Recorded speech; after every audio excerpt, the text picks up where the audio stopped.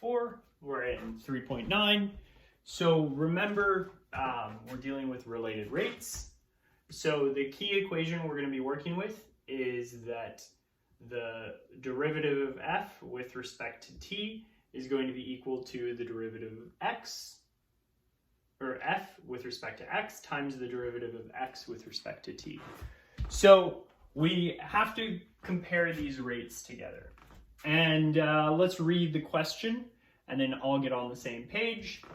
Water is leaking out of a conical tank at a rate of 10,000 centimeters cubed per minute.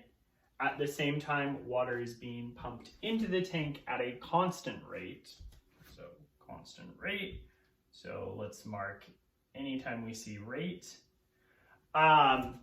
If the water level is rising at a rate of 20 centimeters per minute, when the height is 2 meters, find the rate at which the water is being pumped in. So what we want to find is we want to find this constant rate here. Okay, so one thing you want to keep in mind is anytime it gives you multiple unit types, for instance, we have centimeters and here we have meters, make sure everything is in the same unit when you start. So what I've gone and done is I've rewritten 2 meters as 200 centimeters. And I've also indicated my picture here. Again, remember the first thing you want to do is you want to draw a picture in terms of centimeters. And that's just helpful because all my rates are in centimeters and everything's in centimeters, so I can move forward and just know that whatever my answers are going to be, if they're lengths or areas or volumes, then I can think of it as centimeters, and then my unit of time is going to be minutes. So I see that there. Okay, so what we have here is our conical tank looks like this, where it's got a height of 6 meters or 600 centimeters, and it has a top diameter of 400 centimeters. So if you want, you can kind of pull this triangle out of it. We're going to use this triangle a lot. That's kind of what's nice about cones, is they've got a nice triangle. And this is going to be 200, and then this height here, the length of it, is going to be 600. Okay, so what do we want to find? We want to find the rate at which the water is being pumped in. And what rate is that? That is this constant rate. So water is being pumped into the tank at a constant rate. So that's what we want to find. And so what you can kind of think about this is water is going in at a constant rate, and it's also leaking out. And we know that it's leaking out at this rate here. It's going at 1,000 centimeters cubed per minute. It's leaking out there. And so what you can think of water going in, water coming out, that's going to be the volume of your tank changing with respect to time. And this is where a key idea comes into play. Well, how is the volume changing? There's two things we have to keep in mind. It's going to be changing of rate in minus rate out. And the rate in is going to be some constant value you want to know, and the rate out is going to be 10,000 centimeters per minute, or centimeters cubed per minute. And so what we have is, this is the thing we want in the end. And we have this idea that C minus 10,000 is equal to dV dt. And then what we're going to do is we're going to solve for dV dt in terms of some chain rule thing. And this is how we're going to solve for C. Okay. So what we want is we want to remember that the volume of a cone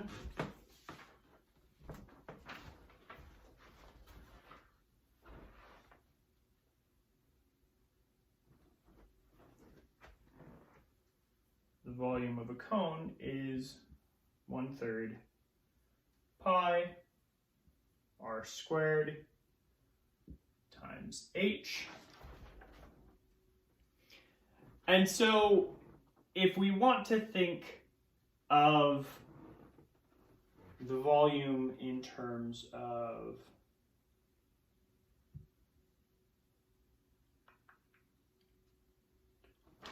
height as a function of height, we can use the chain rule to tell us that dV dt is equal to dV dH times dH dt.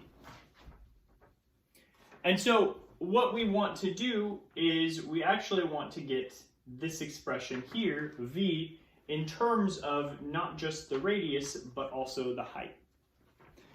So this is where we're going to use similar triangles, because if the water level is right here, then the height isn't going to be 600. It's going to be some variable h, and the radius is going to be the length at which that goes from the center out there.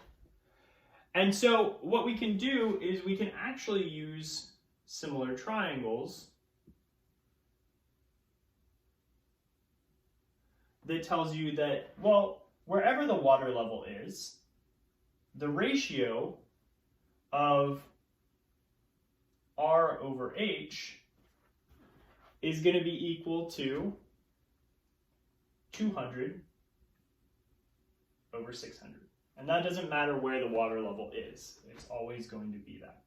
So this is similar triangles.